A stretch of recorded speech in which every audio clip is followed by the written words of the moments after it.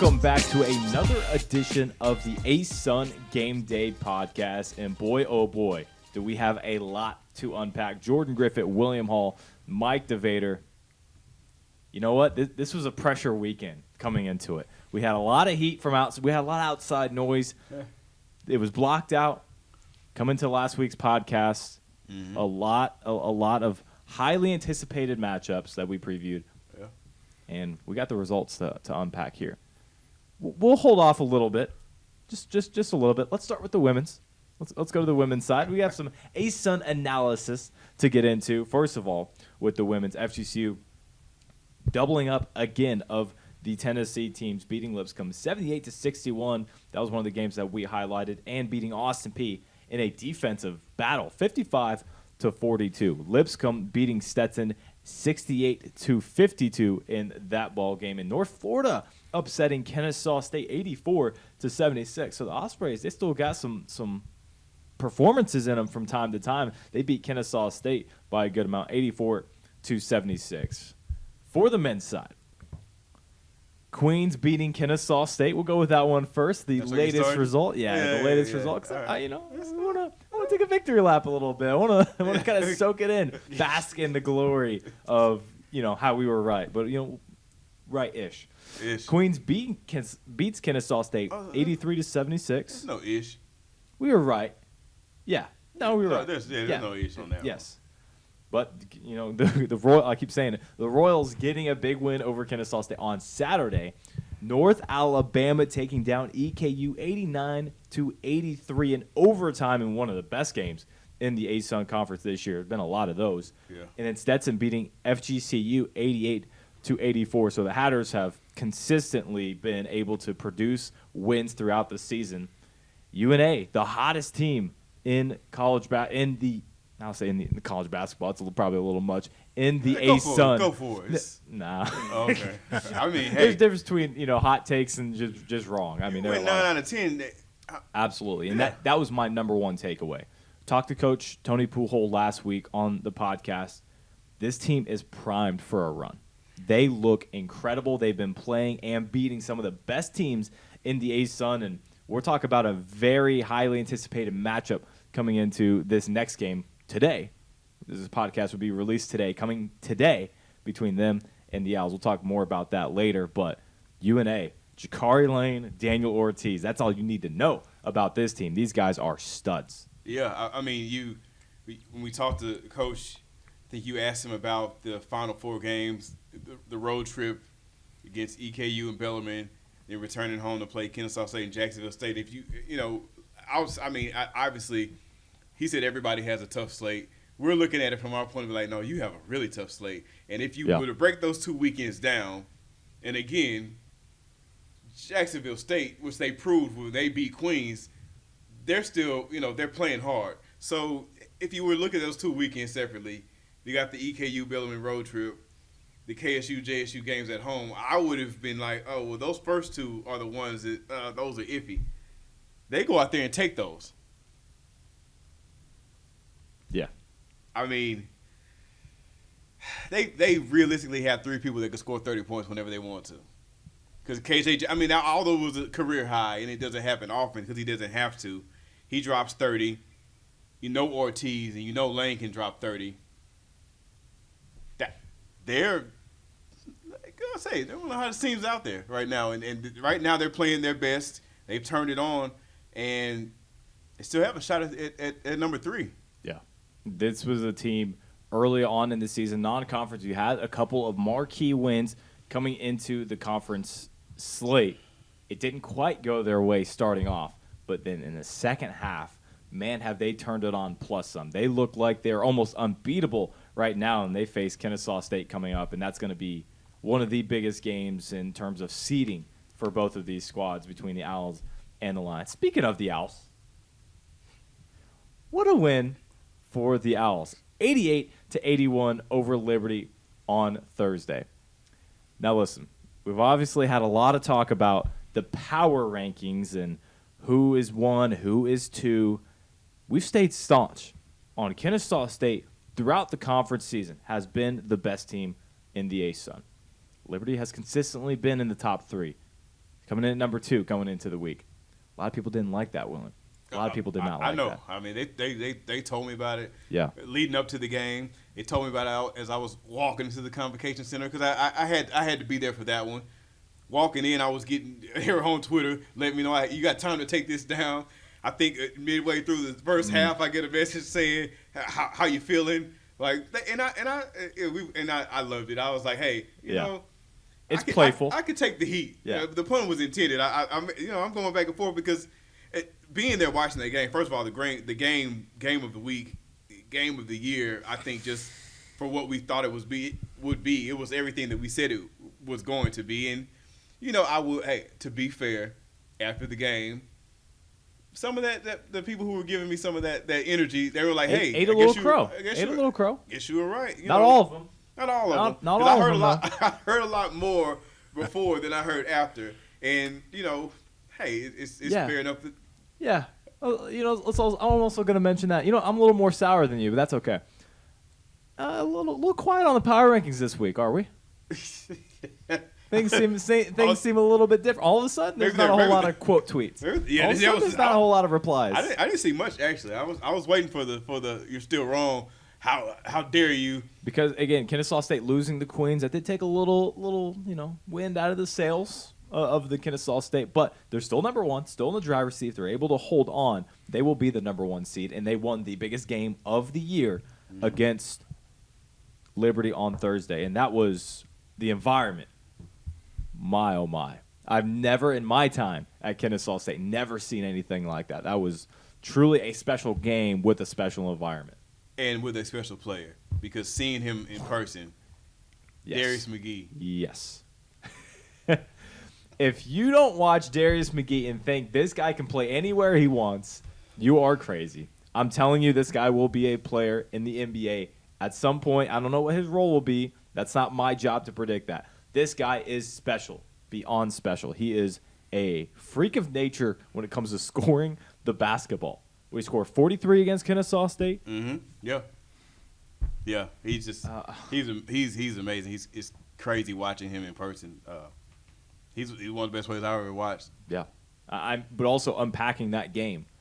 Kennesaw State goes down 14 coming out of halftime. Mm-hmm. The Flames absolutely smack them coming out, punch them in the mouth as hard as they possibly could. Kennesaw State wins that game by 7 points. Yeah. The resilience of this Kennesaw State team is exactly why they've been number 1 all season. They've been in huge holes, huge deficits, and they go on these special runs that nobody else can replicate other than Liberty, because Liberty went on one of those special runs to start off the second half. But Kennesaw State answered with one of their own and proved why they're the number 1 team in the conference and have been throughout the entire season.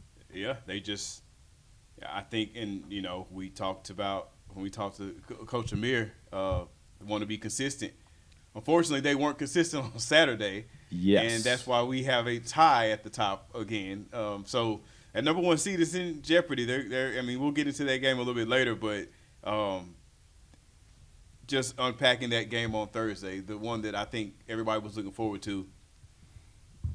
It was everything we thought it would be. It was great. Absolutely. And Kennesaw State losing to Queens. Now, Queens is no slouch at all. We've talked about them all season long, the Kenny Dye show and A.J. McGee show. But do you guys think that this Kennesaw State game on Saturday, was that a hangover game, or is that maybe spell trouble for the future going into the tournament?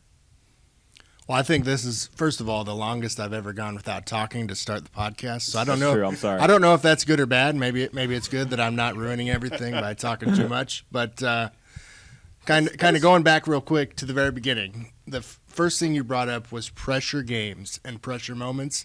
The third word in my notes of the whole thing of the show today, pressure. I have pre-tournament pressure in my notes, and that's exactly where we are right now. I think you see that on both sides of women's basketball and men's basketball.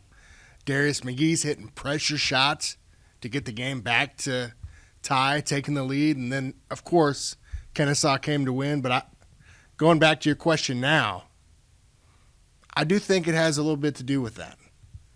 I think that when you see that team on the schedule, I know that everybody plays one game at a time, or at least that's what they say behind closed doors, because you have to stay focused, especially in this league, at every game.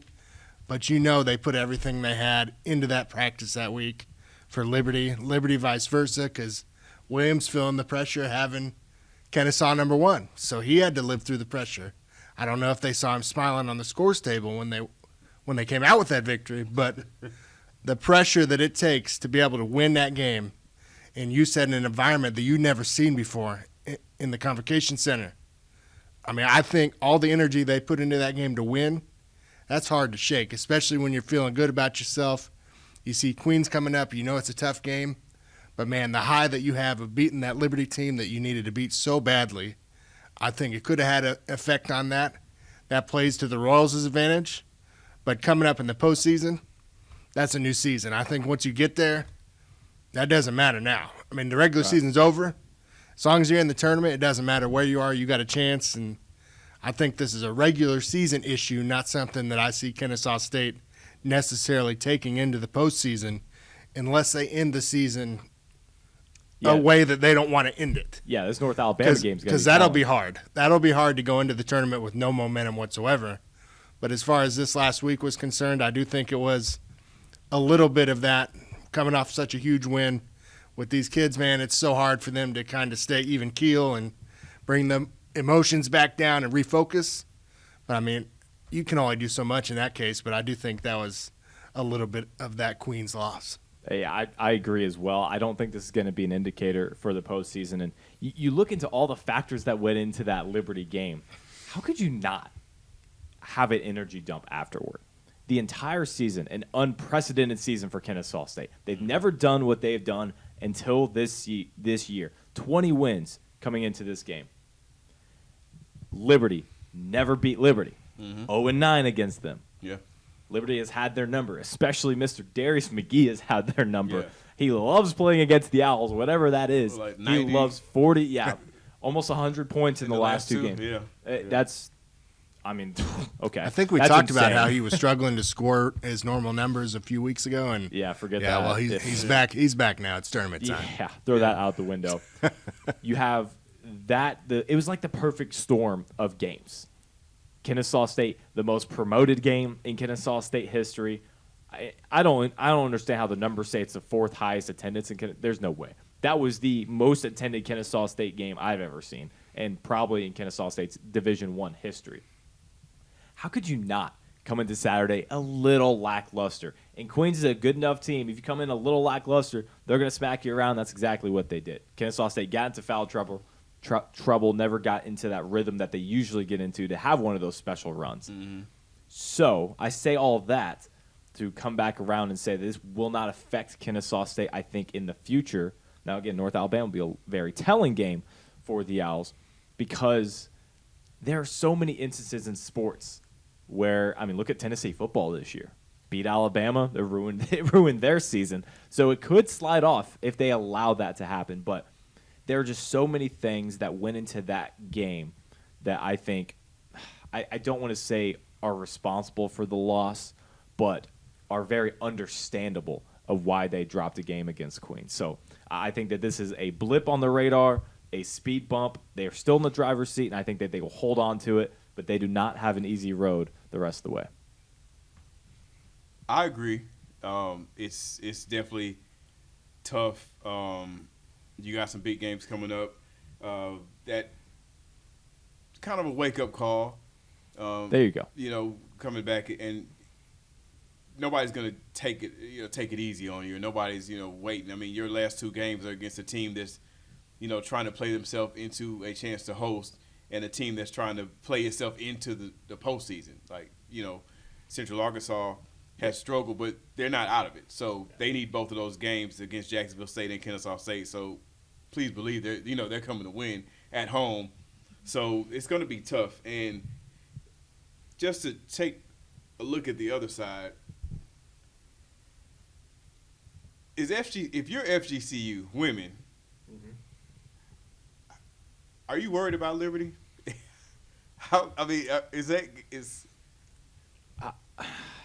The word worried. That's too strong because I wouldn't say that because they did beat you, but you beat them first. I guess because I'm looking at things, and I think there's. Do they sense a danger there? Yeah, because we used, there was at one point in time there was FGCU, and then there was that other group, the Lipscomb and the Austin P and Liberty. Unfortunately, I think FGCU has kind of solved that riddle a little bit. Are there two now? I get that there is still a gap, but you got an 8-game winning streak in FGCU, an 11-game winning streak with Liberty. I think a lot of it is going to come down to where they play.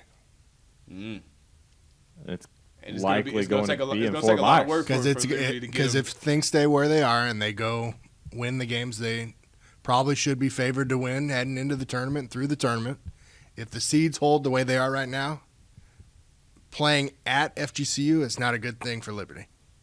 Right. And if Liberty has the confidence to win at home because they just did it this year. But does FGCU know that happened and come in a little re-energized, knowing that they lost the last time they played on this court? And the way things are playing out, I guess, they're still, although they've had an 11-game winning streak, they're still only 1 game up on Lipscomb. So there's no guarantee that they get the 2. They've got 3 games left. So, if it holds, then obviously we won't see that matchup again until the final. Yes. But I guess I guess the way that things play out, I guess even if they're 3, it still wouldn't happen until the final. They have to be 4. Yeah. They have to be 4 for it to happen any earlier. So, I think the question is, the question's a little difficult to get through because has Liberty solidified themselves as the number 1 contender? Yes. Do I view them as much of a threat to FGCU as I have in years past? I don't know.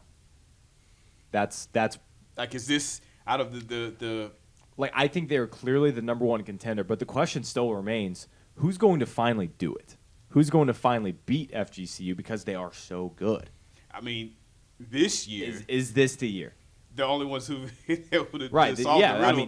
Now, and it took overtime, and it took some things to kind of, I don't want to say, you say FGCU made some mistakes. Right, that's the things that happen in a game, and you end up in overtime, and then you come out of overtime and you play well. So obviously that's part of it, but just kind of looking at that top, when you see the winning streaks and you think, they haven't lost in a while.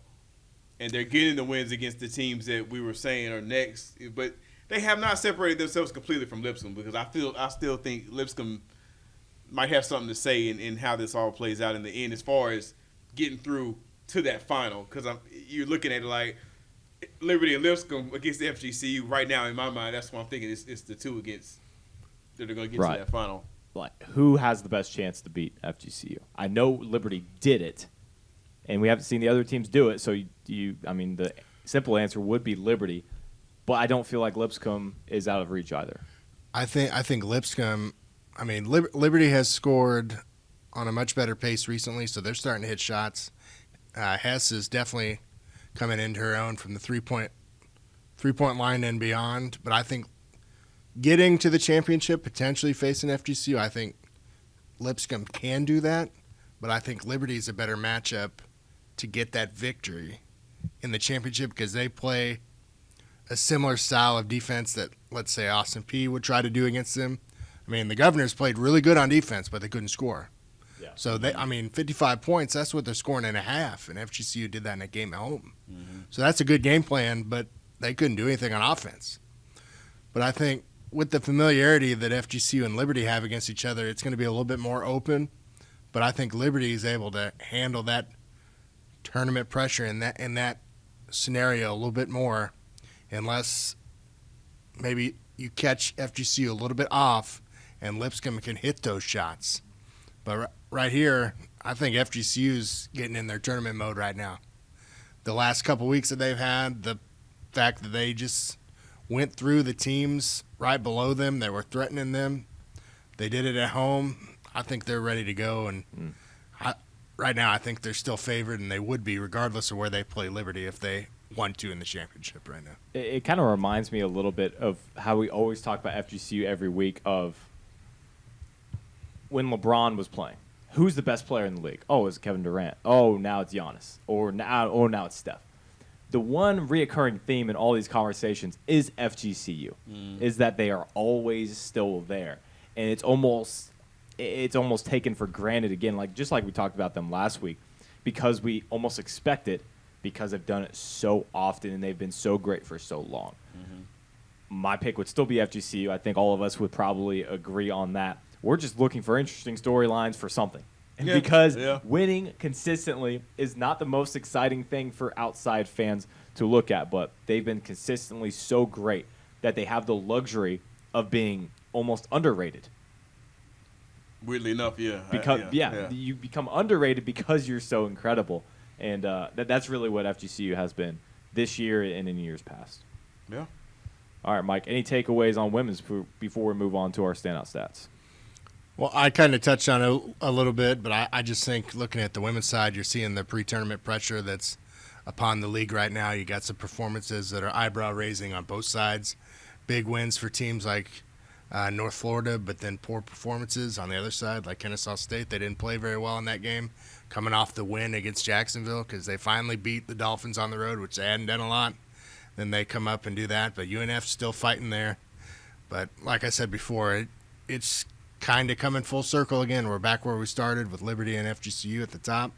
I think obviously anything can happen, different ball game in tournament play. Anything can happen, especially last year, because I know Liberty's going to want to shake that off because they still remember what happened to them last year, and we're getting some teams in that were repeat performers last year too. So we're going to have familiar faces locking up spots. We got 7 teams locked in already, getting ready to finish up our bracket here pretty soon. Got games coming up on Thursday and Saturday. We in next week for women's basketball, but the teams that are on the outside looking in, they have to win now. Otherwise, they're going to be sorry for themselves because their season's going to come to an end. And I think just like on both sides, what we talked about a couple weeks ago, if you don't take care of business at home, you're going to have to go on the road and beat a team that's going to be tough to beat on their home floor because you had control of your destiny. Kennesaw had a chance to win. Now they got to go on the road and get a victory that's going to be really tough because they had themselves in a good spot. Now they got to go win on the road. So both sides, you got to take care of business. If you're on the fringe or haven't quite got into the field yet and you see a path there, you got to win your home games. Otherwise, you might pay a price. I've got we can save it for later. Just remember, got something. We can do it now. I got something I want to throw out. I don't know if I want to do it now. Okay, all right. Well, let's write it down or something. I don't want to lose. I know what it is. Over here. It's here. Over here. Okay. I just gotta, over here. Oh. Remind us. You remember. All right, Mike. I think that's a good transition into our standout stats. Well, let's keep it on women's. Keep the train rolling. What do you got? Okay, well, I'm talking about offense a lot, but we've been pretty good this year in blocks as far as individuals and our teams, but kind of looking at some things throughout NCAA stats.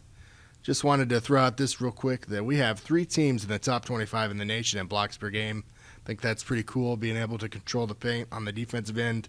UNA, Liberty, and Bellarmine are all in the top 25 in the country in blocks per game, with North Alabama 15th at 5.1. Liberty's right behind them in 16th at 5.0, and then Bellarmine's at 4.6 at 25. So the Knights have 130 blocks. Liberty's got 131, and UNA's got 127. So I got a follow-up question.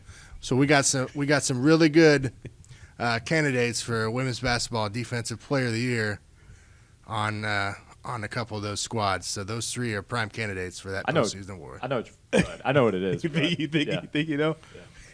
He said 130 for Bellarmine? Yeah. How many of those are Gracie Merkel? I mean, she's in the top 5 already. I just want to know, out of 130. She's in like 3 defensive stats in the top 5 in program history already. You doing the research? I got it. We can look her up right here. I just want to We got know. internet here. So what's the number there? 130, right? 130? As a team. She has 66. Yeah, so she got about half of them. So it's There was, I actually got to watch her play in person against Kennesaw State. There were a couple of times where she literally stole it and blocked it all in the same motion without leaving the floor. Literally grabbing the ball. Give me the ball. Just grabbing it out of someone else's jump shooting hands. it was hard to even describe. It wasn't even like, give me that. It's like, it's mine. So I just looking at clearly she is freshman, I think. Yeah. Defensive player? Yes. Player? Am I going too far? I would give her, my goodness, I would give her all 4 of my ballots. Well, I would. That's crazy. Well, Skylar Gill has 68 blocks this year. Oh. The reigning defending defensive player of the year. She has 2 more blocks. How many steals? Merkel has 22. Ooh. Gill has more. She's got to have more steals. She's got 80 for her career, 44 this season. Oh, I might take my ballot back for I don't know defensive play. I don't know. In my mind, I was thinking. I mean, clearly she's a freshman because she started off super hot, right? And I think that's what it was. That I think we spoke this into existence earlier in the season because we said could Merkel possibly win 4, and I said she's obviously will win freshman newcomer. Well, we're taking them away because newcomer can't be a freshman. Okay. So excuse me. So she's down to 3 possibilities. There you now, go. Because she starts too much to be the 6th player. Right. So freshman. Mm-hmm. I would still give her I think player. Based on her freshman awards, she is definitely on the verge of that. I would, yeah, on the verge. I would give her player as well, with giving her offensive stats. And then I think if other people have the same mindset as me, if she already has 2 awards, with Skylar Gill having better stats than her on defense, people would just go with Gill no matter what. So I think that I don't think she'll sweep awards. I think she'll win. I think she could win 2. Gill's numbers, I think Gill has gotten better as the season has gone on, and I think that momentum is going to carry her to some postseason accolades. Yeah. The fact that she was able to stand up to what she did last year. Yeah, I think that's a great point. Coming off an incredible freshman campaign. Yeah, I would give 2 to Gracie Merkel. So you still, because I was about to ask, obviously North Alabama's having a better year as a team. Bellman, so taking out the team's success or counting that in, you still give Merkel your player vote with the teams having. I think that's tough for me. Her shot percentage is out of this world because she's dominant down low. But I think we have a sorry, go ahead. The fact that it's going to be super hard for the other coaches, the other teams to look at this and potentially give somebody the award that's not in the postseason championship. I think we have a classic. I'm going to bring it up, Mike. This might hurt your feelings here. Josh Hatcher, Matt Higgins debate. Baseball ASUN player of the year. I thought you were going to say Coes. And I was... No. Okay, this is better than that. Okay, no. I can handle this. Where Bellarmine did win it that year, a program record year for Matt Higgins, wins ASUN, where he played Hatcher probably had the better well. year and played for the better team. That won the championship. That ended up winning the championship, but still did not win the award. And this could be that situation again. Coincidence that's Bellarmine or no? That's just pure coincidence. It is. I mean, in my opinion, I value the player's performance more than I would the team's performance. So then that would put Miss Walker at newcomer but not player of the year if Eastern Kentucky continues to do well. Correct. I mean, we've got Walker, 20.6 leading the conference in points. Merkel is third, 15.3. Rebounds, Gracie Merkel's 10.6 per game leading the conference. So she's averaging a double-double.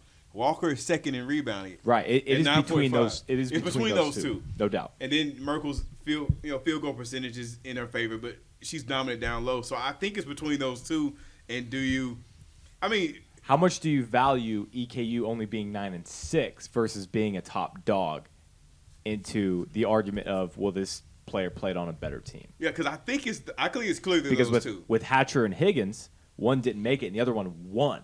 Right. It wasn't in between where EKU is in between right now. Yes. And I don't know if the gap, between those two teams. It's not enough for me, personally. Yeah, she's averaging 20. She's over 20. And she's almost average. She's almost averaging a double-double. 9.5. She's almost there. Merkel is at a double-double with 15 points. 9.5. Just round out. Yeah, so you it's had like 10. They're so close.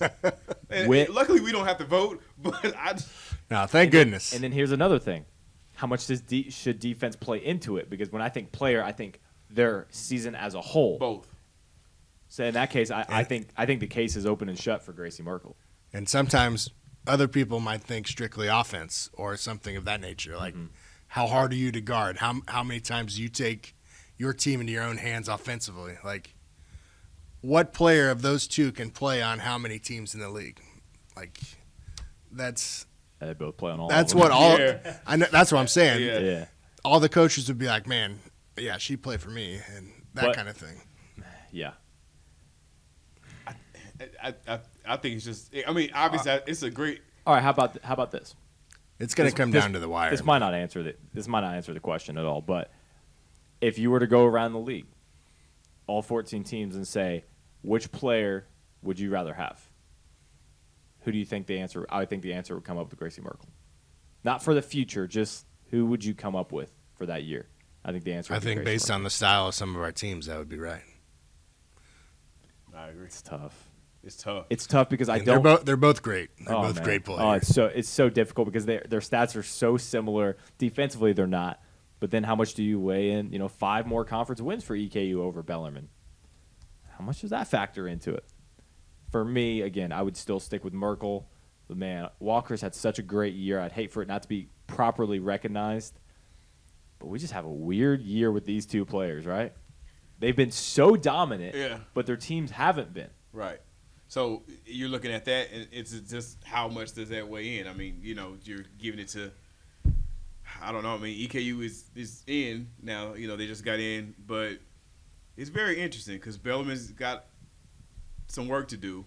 I think what's going to be really cool is, I was just double checking this to make sure, but on Thursday here and next week, the season for women's ends next Wednesday, March 1st.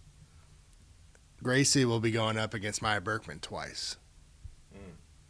So based on how that head-to-head matchup goes, that really could sway a lot of people because Maya Berkman carries a lot of respect around the league.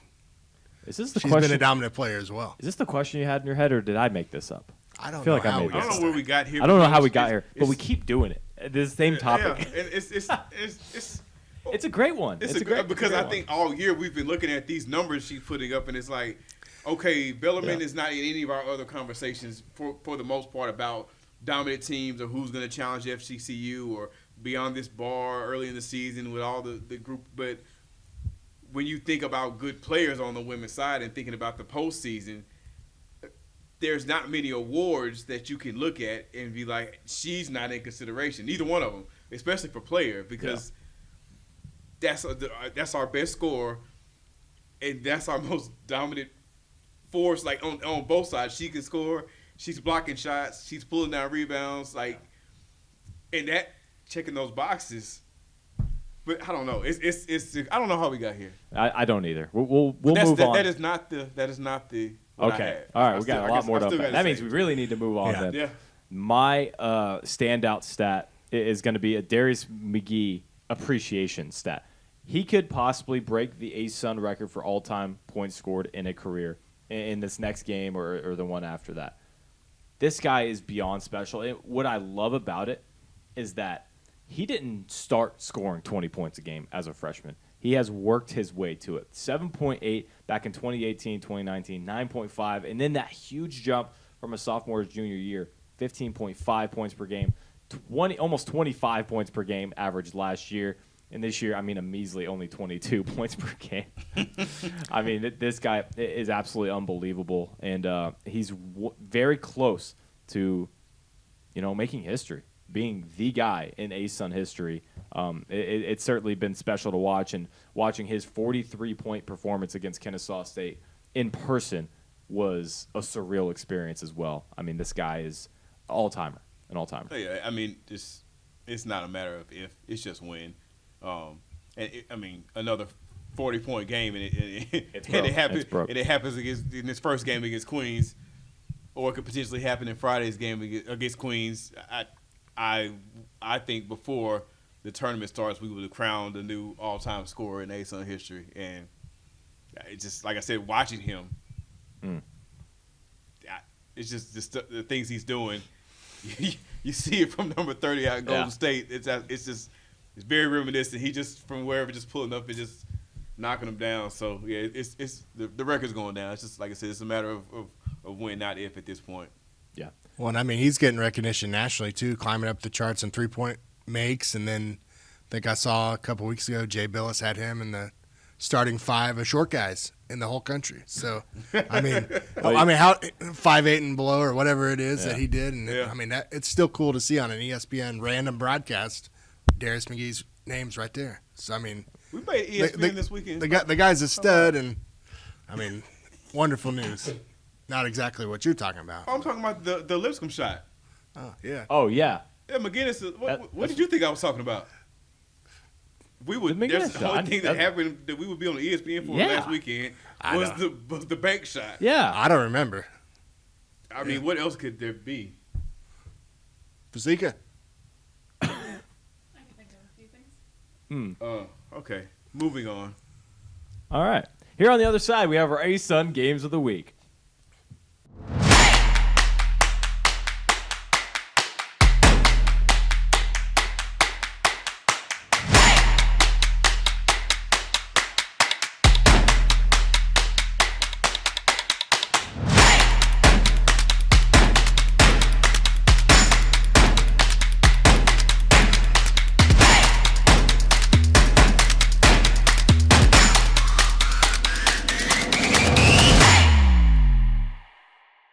Welcome back to the ASUN Gameday Podcast. Let's get to our games of the week. Starting off with the women's, it's Stetson at Jacksonville State. And Mike, this has a lot of implications for seeding for both of these squads.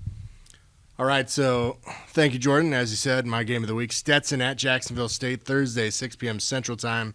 The Hatters are still looking to lock up their spot in the postseason, so I think it's a must-win for them.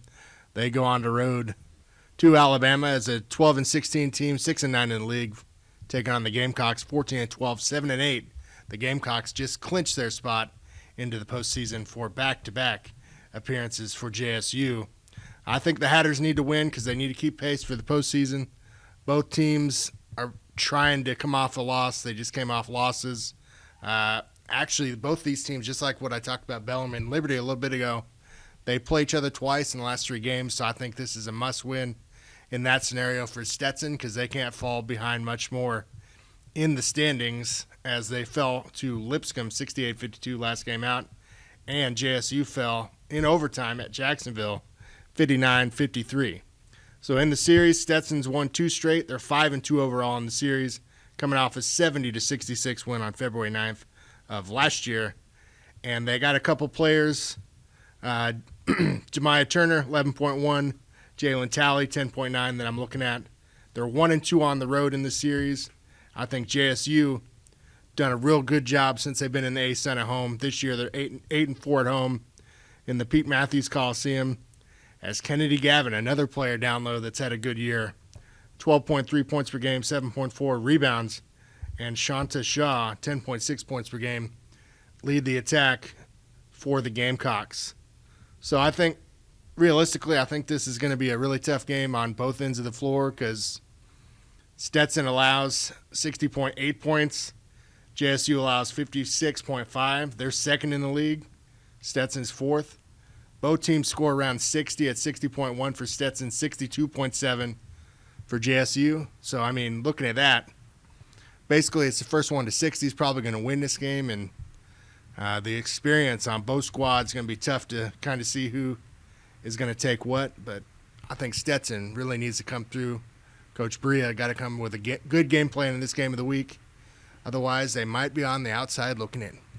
Well, I think, that's a good point, and it's lining up good for Stetson. I mean, JSU's in, runner-up from last year. They got into the tournament now, so they got a chance to get back there. And Stetson coming in, like you said, you got 2 against JSU, who you've had some success against recently. You have Kennesaw State on the road. You beat Kennesaw State the last 5 times you've played them on the road. Historically, that matchup has kind of been in the favor of Stetson, and you're not, on the road you've been pretty good against them. So I think it's lined up for Stetson to close out with 3 wins, get themselves into the postseason and try to make a run here. So interesting to see what the Hatters do with one game at a time. There you go. Consistent, Jordan. Consistency. That's what we're all about here. Yeah. And speaking of it, yeah, let's jump into our men's game of the week. Kennesaw State at UNA. Consistency.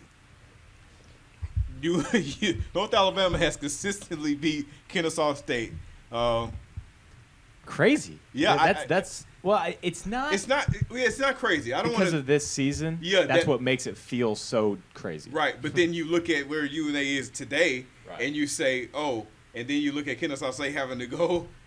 They've kind of had opposite trajectories. That's kind of what it's been. Yeah, but UNA came in and they were incredible.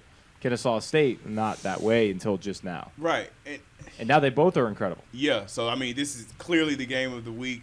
North Alabama winners of 9-10, trying to keep that momentum going into the postseason. A team you've had success against, Kennesaw State, a team you have yet to beat. So you're looking to break a losing streak again. This time you have to do it on the road, and you're also looking at, I know you don't want to get ahead and think of the postseason, but you would love to close things out, be the regular season champion, ensure that everybody has to come to the Convocation Center where you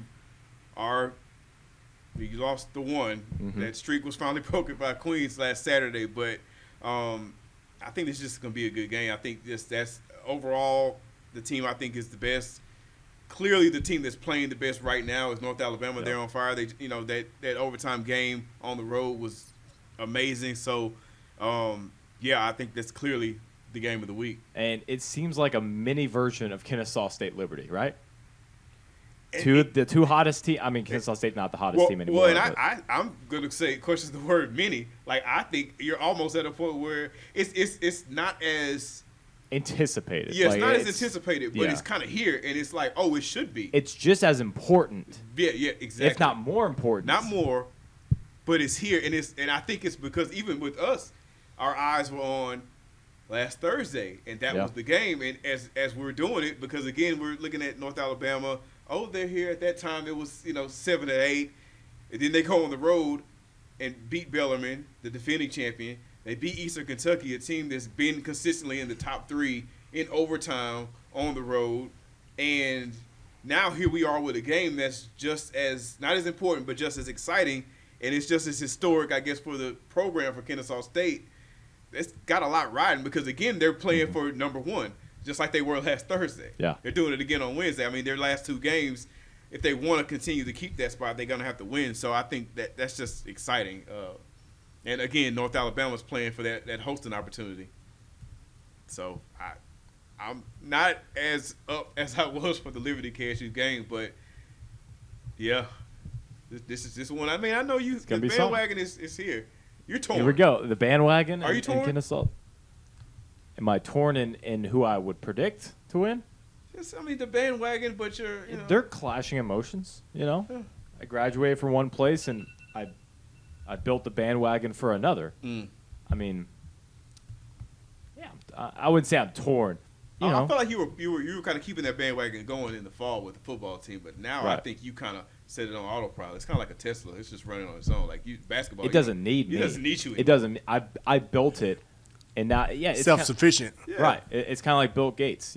Just get it started, and hey, I'm hands off. Plenty of other people can steer it, and I trust them because I only bring people in the bandwagon that I trust. You should. Yeah. I'm proud of you. The bandwagon is looking better than ever right now. It is. Better than ever. Yeah. All right, speaking of, let's get to the power rankings. Let's go back to women's, Mike. What do you got? All right, so looking at the power rankings for me, ironically, they did not make any changes from last week. What? So we are sitting here, Kennesaw State 7, Jacksonville State 6, Eastern Kentucky 5, Austin P is 4th, Lipscomb 3, Liberty 2, and FGC 1. And now as of Monday evening, all 7 of those teams are in the postseason championship. All right. Simple enough. I mean, I got no qualms there. Yeah. All right. We'll jump into the men's quickly because I haven't forgot what I have for you. Okay, so. I was going to ask after. Well, it's coming. Okay. We'll run through this quick. All right. It's here. So it's like the power rankings. I want to see the games now. Now I want to see where everybody's seated and who's in and who's out. But 7 Queens coming off a big win. They're back in the power rankings. Lipscomb, the buzzer beater, secured their spot in the tournament. So they're number 6. 5 Stetson got back-to-back wins last week over FGCU. I think that's kind of doing what you need to do to stay where you are. They're currently in 4th. Eastern Kentucky, they stumbled a little bit. I don't even want to call it a stumble because the third team I have on my list is North Alabama. So I'm saying that you lost to a team that's the third best team playing right now, and it took overtime. So, the game, it is what it is with EKU. Like I said, UNA is at 3. Number 2 is Liberty. Number 1 still remains Kennesaw State. Despite losing to Queens, I still feel that's our 1 and 2 matchup, and they're still 1 because they beat number 2. So the bigger win outweighed, and I'm not going to call it a bad loss because it's not a bad loss to Queens, but the win was so big that no matter what happened the next time out, now next week could be different, would overshadow the loss. Yeah, because they're still in first in the standings, and had it gone the other way, they wouldn't. Kennesaw State would be too. Right. Had they lost to Liberty and beat Queens, right, things would be different. But they won they won that game to maintain their position as number 1. And if they went out, they're fine. Right. Go on the road, beat North Alabama, beat Central Arkansas. Everybody's coming to the convo. All right. I'm a highly anticipated question here. What do we got? We won't be across the are we on airwaves or the what is this? We're on what all do we of say? it. I mean, we're everywhere. We're on all of it. So the next time we're coming, we're also brailled. Yeah, braille. Yeah. The next time you're feeling us, the next time this happens, it's gonna happen live. Is the plan? It's gonna be at the men's final. Next time this will happen in person, we'll be live. Yeah, the next time this happens. Yeah. Okay.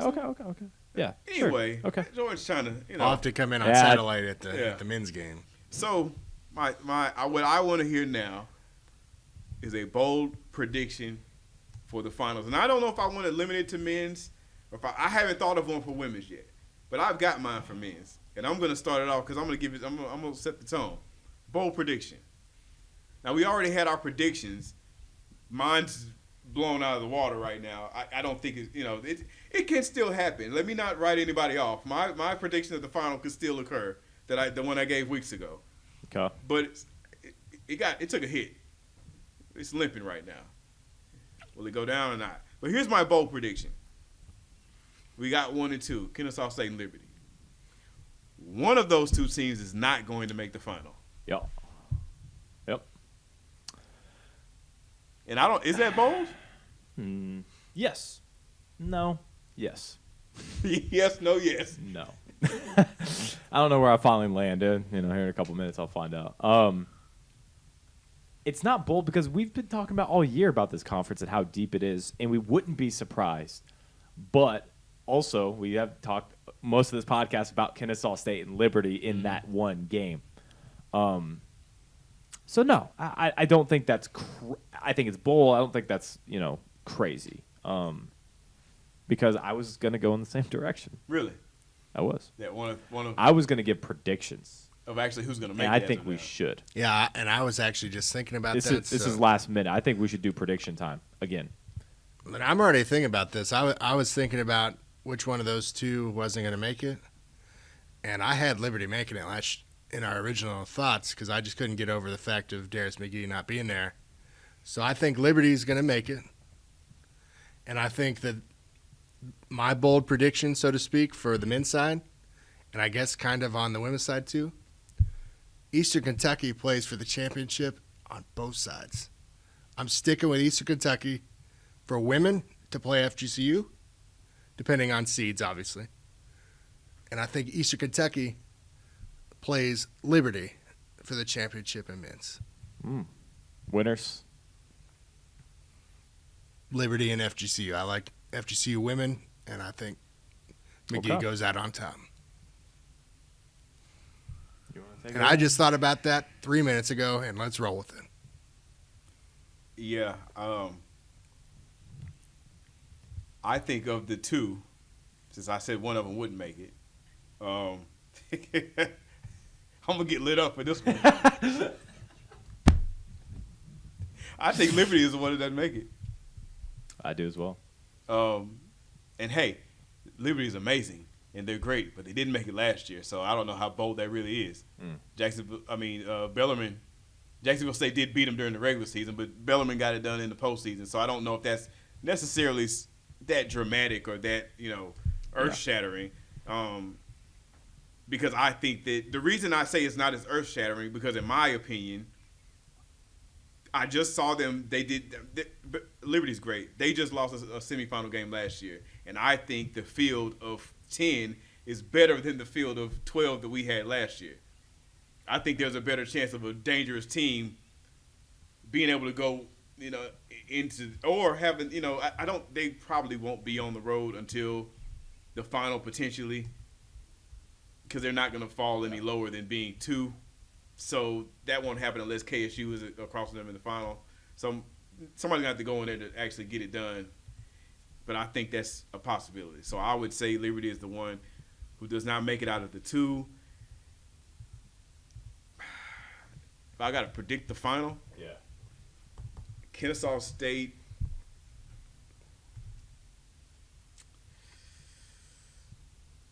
I think it's a rematch to KSU UNA some kind of way. Really? Okay. Call it.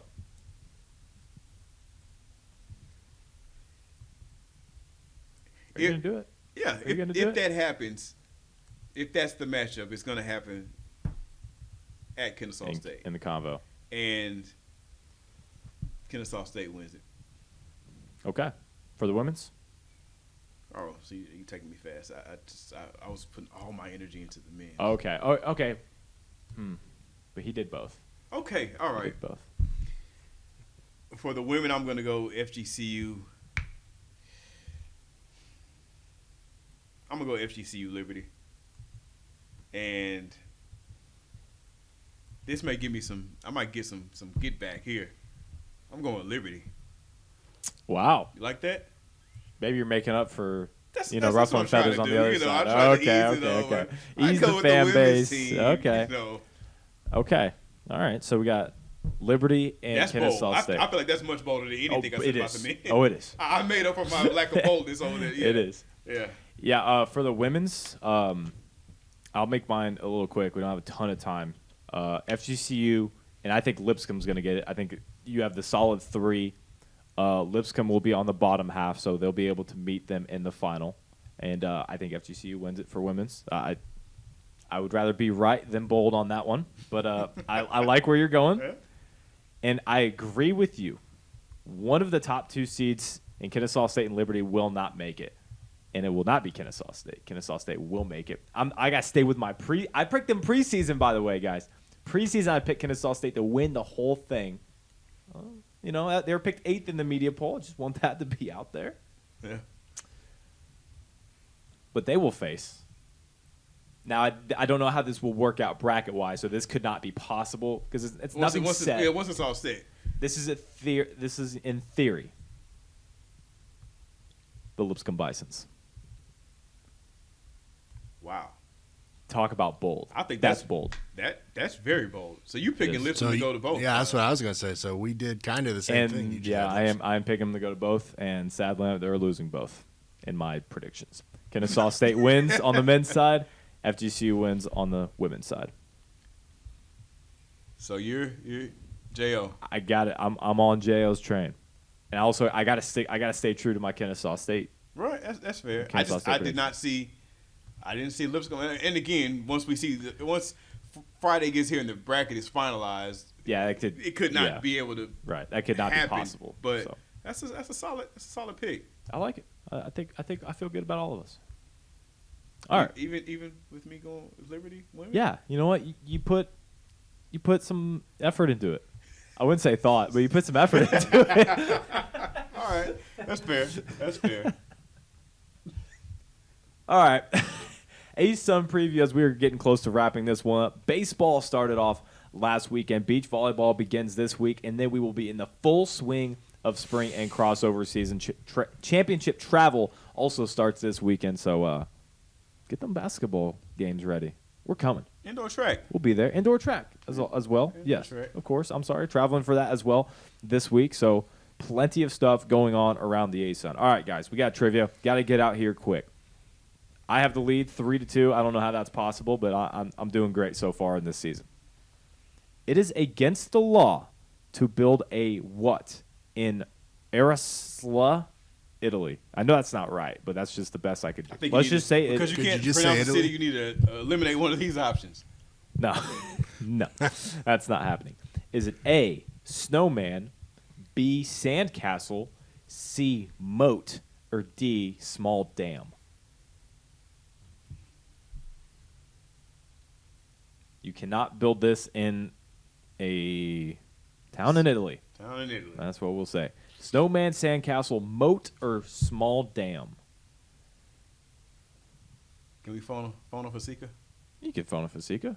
Sure. Now, she's not going to look it up, but Tell me which one of those sounds like a bad answer. give some advice, I guess. We have to think of the climates of Italy. Think of the climate of Italy, she says. Do we think it snows in Italy? Probably not. But Right, that but- also could be why it's illegal. That could be why it's If it illegal does as snow, well. you Or You better not touch it. Like, what are you doing? it's protected snow. Yeah, it's protected. We barely get this. It's got a beauty. So you're saying? I feel like you can rule that one out. Oh, wow. I'm going to pick C, moat. That is the first thing that came to my mind. Oh, I might change my answer. That gets you in trouble. When in doubt, pick C. I'm doing that. They had boats. They're surely not going to ban you from But how are you gonna build one yourself? Is the thing. Like you as an individual, you're gonna build a moat. I mean, all you got to do is dig a hole and put I water know in it. how. I'm saying like, why? What are you doing? Is Like, this at a that's almost as bad as touching this It's- protected snow. Like, what are you doing? Can we enter a realm of questions of, is this around a property, a business? I don't have that answer for you. Sandcastle. And I have a reason why. Okay. Are these final? These are both final answers. Man, it just sounds super hard to build a moat if... I think it's B or C, so just to try to catch up off my awesome zero, I'm going to say C, moat. You're sticking with B, sandcastle. Yeah, because I got a solid reason why. Okay, give me the reason. You want to know the reason? Yeah. Too much salt in the water. Nah, because I feel like all these other things you could probably do somewhere where nobody could see you. But unless you have your own pile of sand, you got to be on somebody's beach to build a sandcastle, and you're in public. Because you can go in your backyard and make a dam if you want, like if you may live near a river or somewhere out in the woods.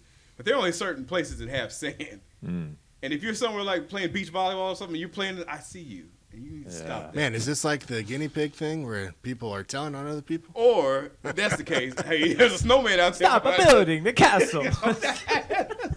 Oh, man. Apologies out there.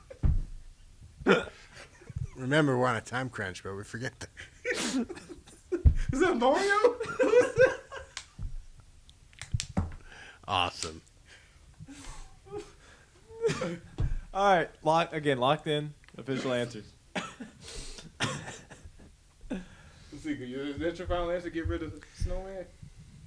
I think it's so hard to build a moat that if you do it, people are going to be really mad. I bet. Why'd you take all this dirt out? Why'd you build this moat? I think can't get to my mailbox. it might offend the little rivers they have with all the boats. That could be true. Don't build All a right. boat. All right, time to give the answer. William is correct. For It goodness is sake. sandcastle. This is horrible. Mike is still scoreless. I almost changed my answer, too. 3 apiece between me and William. Man. What the question? This question is dumb. Oh, you got Mario out here policing the sandcastle. Mario. Yeah, I am Mario. Because that's the only thing that's the only done in voice a I can do. public place besides Yeah. Snowman, but that's on your property. That's why I was going with, like, what can you do hiding? And I was like, unless you just have The a pile person of that sand. the person that relegates that, do they just walk down and kick the kid's Just kick the sandcastle? castles over. What are you doing? Hey, kid, watch this. Shing. Broadswords are back. All right, it's time to wrap it up. This was the ASUN Game Day Podcast. We'll see you guys next time. Peace.